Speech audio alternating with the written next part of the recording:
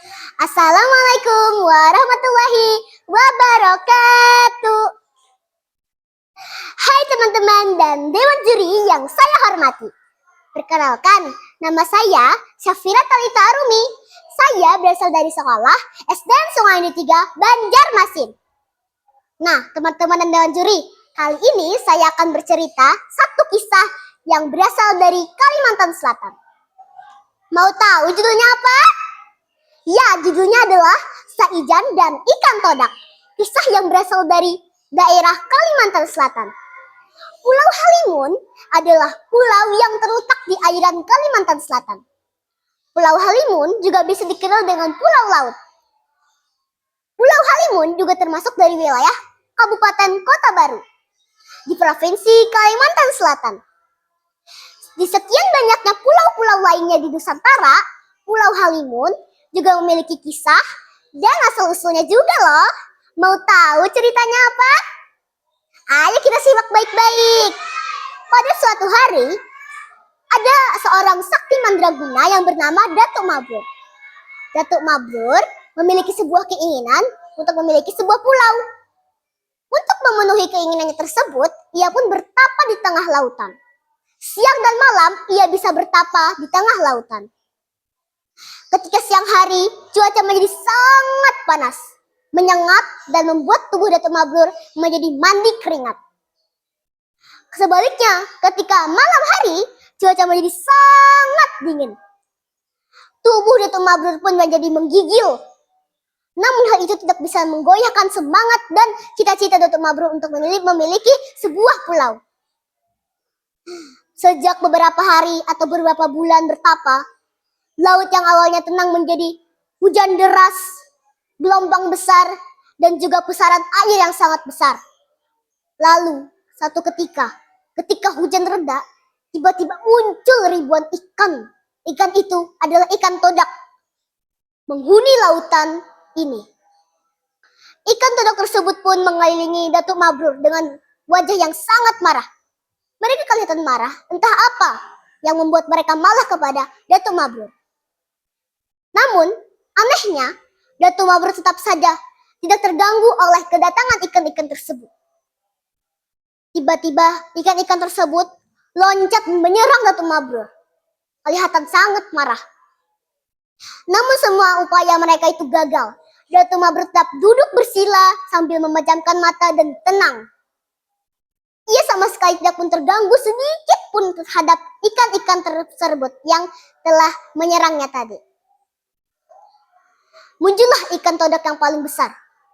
Ia gegam karena ikan-ikan lainnya tidak bisa menyerang ataupun tidak mampu untuk menyerang Datuk Mabrur. Ia pun sangat marah. Langsung maju ia menyerang Datuk Mabrur dengan seluruh tenaganya. Namun sama seperti sebelumnya, upayanya itu gagal. Ia pun terpental dan jatuh kesakitan.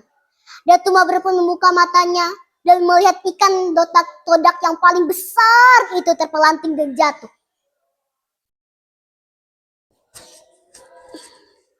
Kamu ini ikan apa? Kenapa kamu mengganggu betapaku? Kamu ini ikan todak. Semenjak kamu bertapa di sini, lautan ini menjadi sangat ricuh dan gelombang besar, hujan deras dan sangat kacau. Kami yang biasanya hidup tenang menjadi terganggu oleh perbuatanmu.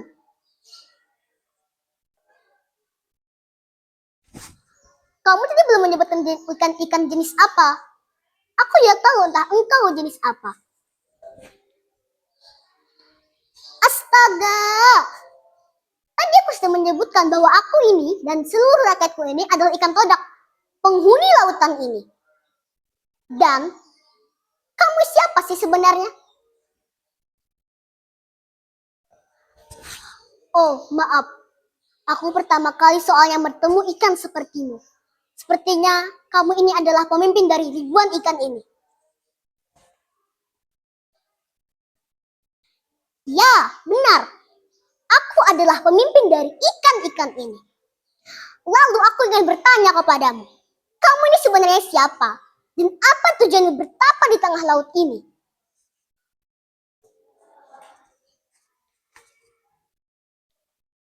Oh maaf, perkenalkan, nama aku Datuk Mabrur. Tujuanku untuk bertapa di sini adalah untuk meminta kepada Yang Maha Kuasa untuk memberiku sebuah pulau. Apa? Sebuah pulau? Ya ampun, untuk apa kamu meminta sebuah pulau?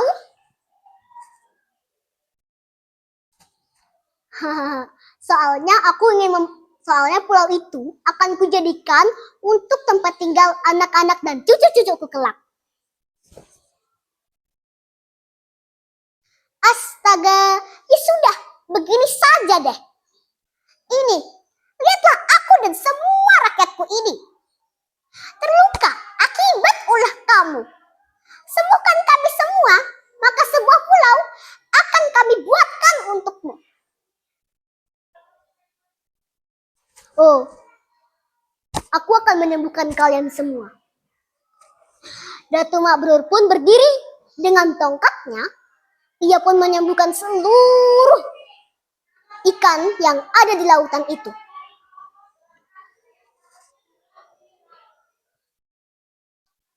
Ajaib, dengan tongkat ia bisa menyembuhkan seluruh hewan, makhluk, ataupun ikan yang ada di sini. Lalu Raja Ikan Todok tersebut pun berbicara dengan Datuk Mabrur. Terima kasih kau sudah menyembuhkan aku dan rakyat-rakyatku. Kau tunggulah di sini, maka aku akan membawakan sebuah pulau untukmu.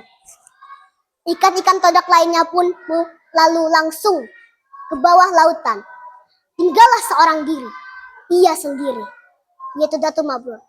Ia mendengar angin sepoi-sepoi yang sangat enak. Lalu angin sepoi-sepoi itu tiba-tiba berubah menjadi angin yang sangat kencang.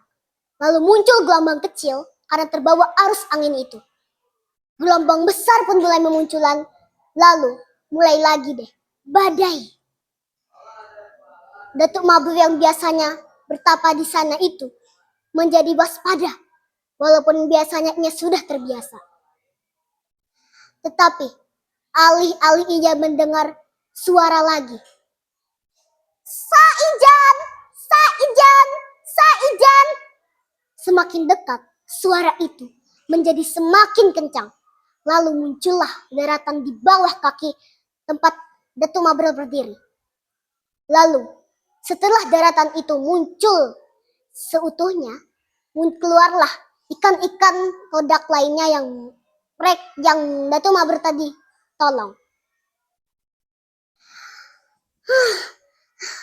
Hei Datuk Mabrur, kami sedang membuatkanmu sebuah pulau.